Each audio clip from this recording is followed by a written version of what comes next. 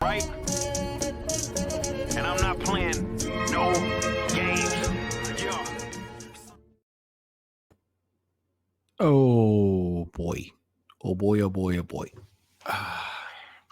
Okay, She-Hulk's done. It's over. The finale. I know you can't believe it happened so fast. It seems like just yesterday they rewrote the origin of how She-Hulk Jen becomes She-Hulk. And remember that time she was getting drunk? Well, I mean, multiple times. And like remember when she slept with that guy? Yeah, multiple times. Well, Marvel delivers the most unexpected finale you can possibly imagine. If you've never seen the show, let me tell you what. I'm going to lay it all out for you. We're going to break this down. It is. I was so insanely caught off guard. I don't even know that I can express this. This is crazy. This is it. I was like, what on earth is happening in this show? So, but we're finally done. The show opens in a very strange manner. But before we get there, just remember, so the episode before ended where it's the Daredevil episode, the Walk of Shame episode. Then Jen's going to be Attorney of the Year or whatever, and they put all the women up there. Anyway, she starts freaking out because Intelligencia puts her phone information. She hacked her phone, put her up there, sex tape, the whole thing. She basically destroys the place. It's Hulk rage. That's how we start. So the episode opens with basically a recreation of the Incredible Hulk TV show. See? So this is what we get. We get basically this recreation, and you make Savage Hulk, but she's dreaming. Oh, of course, it's a dream. I actually was like, "Whoa, wait, what is happening?" And I'm like, I thought this was going to be like a pitch meeting or something. Anyway, no, she's in jail. She's basically in. I guess now we've added damage control, and this is how they hold superheroes. Is in this thing that Abomination was in. So, she's in here. She wakes up. Pug and Nikki walk in, and they start telling her like, you can sue them all, whatever. But right now, you're the monster. You're what everybody saw. And she basically agrees to the terms to get out, and that is she can't be She-Hulk. She has to wear a little monitoring bracelet. She can leave, and that's kind of how it plays out. She's losing her job, so she's packing everything up. Of course, Nikki's not going because Nikki gets paid a lot of money. That was the line. And we cut to the TV, of course, so everyone's obsessed, like media is, where they're just like, whatever, media's outside, visit with the parents. Parents are like, why don't you just move home? I was actually confused by the shot. I'm like, where is she? And I realized, oh, she's actually in her apartment's empty, so she moved everything out. And then the media hounds are at the parents' house, and of course the dad sprays them with the hose. But he has to have like stupid lines. He says this thing like, I don't care if there's a drought. I've got water pressure for days. It's like, who writes this crap? Anyway, we have to move quickly because we got to get to the stuff that matters. So this is her room allegedly with Aaron Brockovich, and all the nonsense is on the walls. Like she's not a whole lot more mature than she was 5 minutes ago. Anyway, then Nikki's spending time with Jen's mom and doing pictures. And they're coming up with their scheme to go after Intelligencia. And right now it's like, it's just, everything is a mess. Okay, they show a video of her twerking in college that Nikki is going to come up with a plan. Then there's like the skeezy guy that tried to date her or whatever. He lies about her on the news saying she's always been psycho. So that's kind of what happens. And then she tries to reach out to, I didn't catch that. Next time you're in Vancouver, come visit Robin. I don't know who all these people are supposed to be. Anyway, she's trying to reach Bruce, doesn't answer. Tries to reach Emil, doesn't answer. And then she decides that she's going to go to the lodge. And then Nikki is uploading this video of her twerking in college. Intelligencia people react right away, but they say bro, so she has to get a guy. So she gets Pug to impersonate her with like an earbud, puts the earbud in so she can be the voice. And she shows up and she's interacting with I think this is the dude from like the earliest episode. It doesn't matter. So you have the two storylines where they're going to show up the Intelligencia thing, and you have Jen on Emil's thing. There, she's looking for Emil. The book, she hates Emil's book. There's like just time is wasted as we get to this point. This is not an exorbitantly long episode, by the way. It's about 20 minutes, or probably less than that, because you got to figure we have credits. So it ends at 27 something, so 2 or 3, so 25 minutes. We're almost halfway. We're just now getting to the actual story. Anyway, so no surprise, they telegraphed this, of course, is Todd is the one who's Intelligencia. It's a room full of guys, all guys.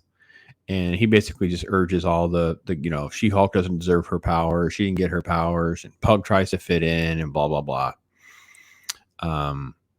But then whenever he goes up on stage, we cut away because we have to have Jen figuring out where's Emil. Well, Emil's out in the lodge. So she's going to go see Emil. But we cut back. We realize, oh, crap, this is at the lodge. And in walks Abomination. And he's basically doing a motivational speech for the nerds. Like the nerds are the villain here. And Todd walks up on stage. And Jen walks in, like, what's going on? And he injects himself. He admits that he got, was his name Josh or Justin, to seduce her and get the blood. He injects himself. He becomes this little Hulk. And then Abomination actually picks her up to save her. Like, this is kind of how that played out. And then, Titania comes bursting through, and Abomination saves her here. Yeah, that's always great to have our protagonist saved by the, one of the biggest villains in the Marvel universe. And then at the last second, the Hulk shows up. I know you're wondering where the Hulk came from. The Hulk just shows up, put my cousin down, whatever. And then she just starts talking to us and out loud to the writers. Like, this makes no sense. These stories are terrible. What's going on? And this is what happens. I actually didn't know what was going on. So the Marvel banner pops open, and then she's just talking. And then she just basically becomes She-Hulk, breaks it, and then just climbs out of the thing, and then tries to climb into Marvel assembled down here. That's what she's going to do. So she just jumps on out, swings down, and into there she goes, right? Okay. So now she's on. Look how bad that CGI looks. Again, you making it green doesn't make it look real. Like, these people stink so bad at their job.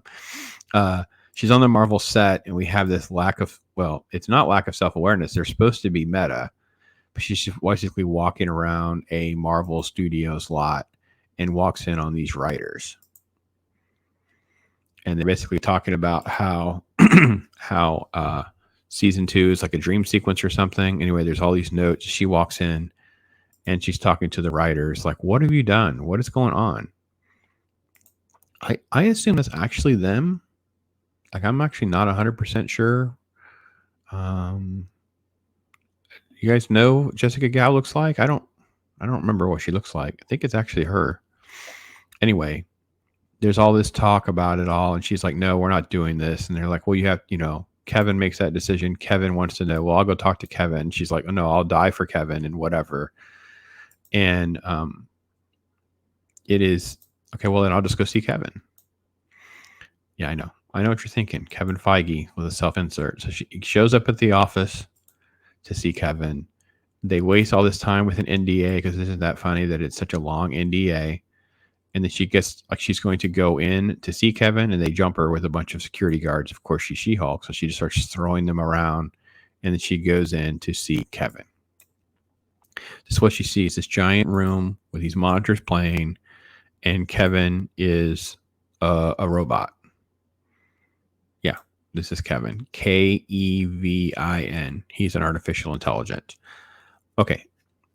I was like, what in the frick is going on with this show. We're mocking fans. We're making fun of the writers. We're making fun of the show. Oh no, we're going to go further. And Kevin thing says, I can't talk to you like this. You need to transform back into Jennifer. And I was like, I kind of had this little moment. And it's like, they don't have the money. It's like, it's very expensive. So literally meta, self-aware, whatever, they're mocking the visual effects people. They're literally mocking the situation they've got themselves into. And she transforms back. And then Kevin basically explains that he decides what all the stories are based on an algorithm. And you're like, what? Like all the stuff that's happening, it's like they're confessing to all of these things that are so terrible, but they're doing it in a way that they think rights the ship. Like what the freak? I literally feel like I'm having like a PTSD thing. Anyway, so she makes the case like this is dumb, and Kevin the robot just agrees to change everything. And there are jokes about her being in a movie. They're just like all of this stuff. And it's like 4 or 5 minutes of just this stuff. She's sitting on the floor at one point, and then we just cut. It's over. That's it. It's just done. They're coming outside, and She-Hulk's approaching Todd. And this is Titania thinks that she's going to film a murder, and she basically just says, "I'll see you in court." And it was really weird. Like he's not actually arrested, but then they suddenly like just manhandle him, and then out of nowhere, Daredevil just shows up, and they flirt, which is really because like supposed to be like in a suburban neighborhood. And he just falls like from the sky. Like I don't know that Daredevil can just fall from the sky, but it doesn't matter. And gosh, look at that suit, how bad it looks up close. I thought this helmet was brand new. Look how scuffed and weird it looks. I don't even know what's going on. It looks so terrible. Yeah, so that's kind of how it plays out. Emil's going to get 10 years in prison for violating parole. He's signing a thing, and then she's going to go and have dinner with the family. And Matt Murdock's there, and there's talks about he works for free and on the cheap because he works in Hell Kitchen. And this is what happens. If there's not sound, I'm going to turn up the sound. I don't know if it'll go through or not. I don't. Yeah. Oh, hold on. Husband, Bruce. I know I've been away on Sakar for a while. I'll tell you all about it. But first, I have someone here that I'd like you all to meet. This is my son, Scar. Yeah. Uh-huh. So forget Planet Hulk. That's not happening. This is what we got. This is your cameo. This is what they're going to get everyone to talk about today. It's like we get Scar. Who is Scar? Read all the comic books, blah, blah, blah. Empowered women. How are you going to make people pay? Are you make it as Jen or as She-Hulk? And she's like, both. Cut the credits. And that's the credits. And then Emil is in the jail thing. And Wong shows up and lets him out.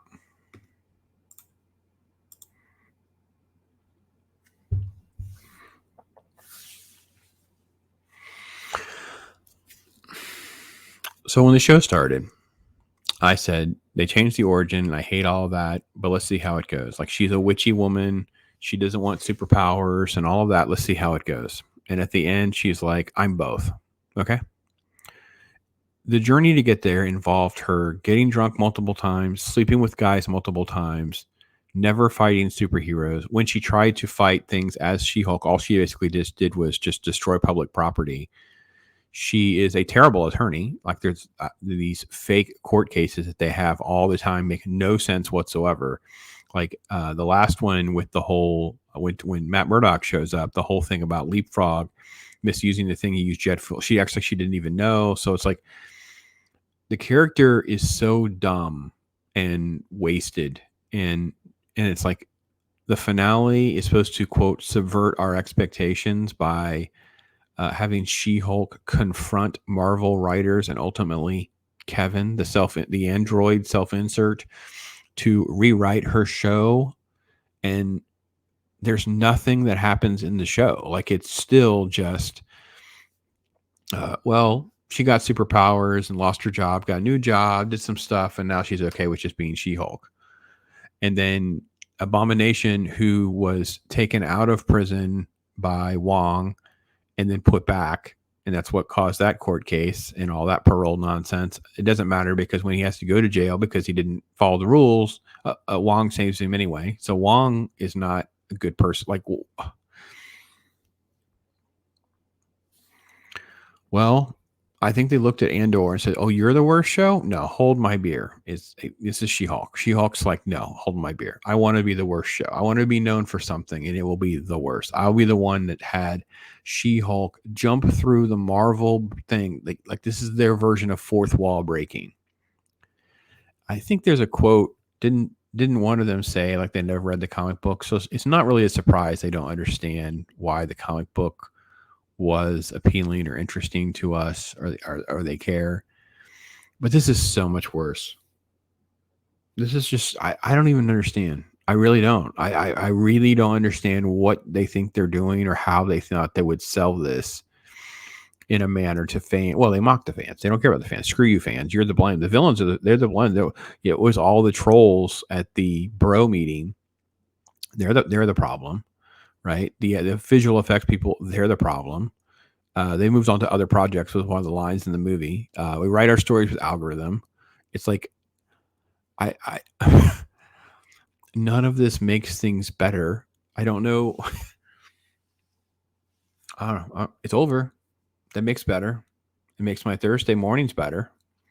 Yeah, that's about all I can say right now about this show. I'm just glad it's over. I can't believe this is what happened. I'm sort of reeling from this. So I apologize if it seems very discombobulated or even more than usual.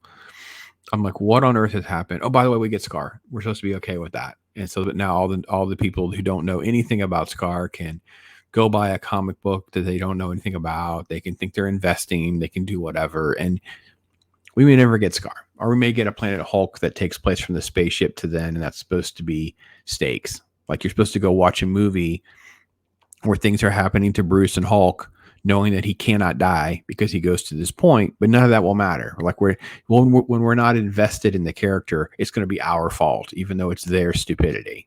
That's pretty much how I feel. So everything is just dumb, and they kind of find ways, new and creative ways to make it even dumber. That's literally what happened today.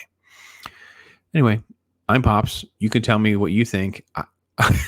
I'm sort of like shell shocked by how crazy and bad this got, and then how little there is. Like, there's nothing substantive. I was trying to think about what the best part of the show was, and I thought to myself, maybe it was the fact that they included weird, eccentric characters like Porcupine and Manbull, because I just enjoyed the moment that it like prompted me to go read a couple of old comic books just for fun. That was like maybe my favorite part. Just the fact that they were there. They weren't good. It wasn't, no, just the fact that they were there. It just brought things to my memory that I hadn't thought about, you know? Yeah, that's about all. I got nothing. I like the dad sometimes. He was fine. So you all need it, but I need some serious Bob Ross. Bring a smile back to my face. So thanks for everything, folks. Bob Ross, all I do is chill. My life is a thrill, for real, Bob Ross. I be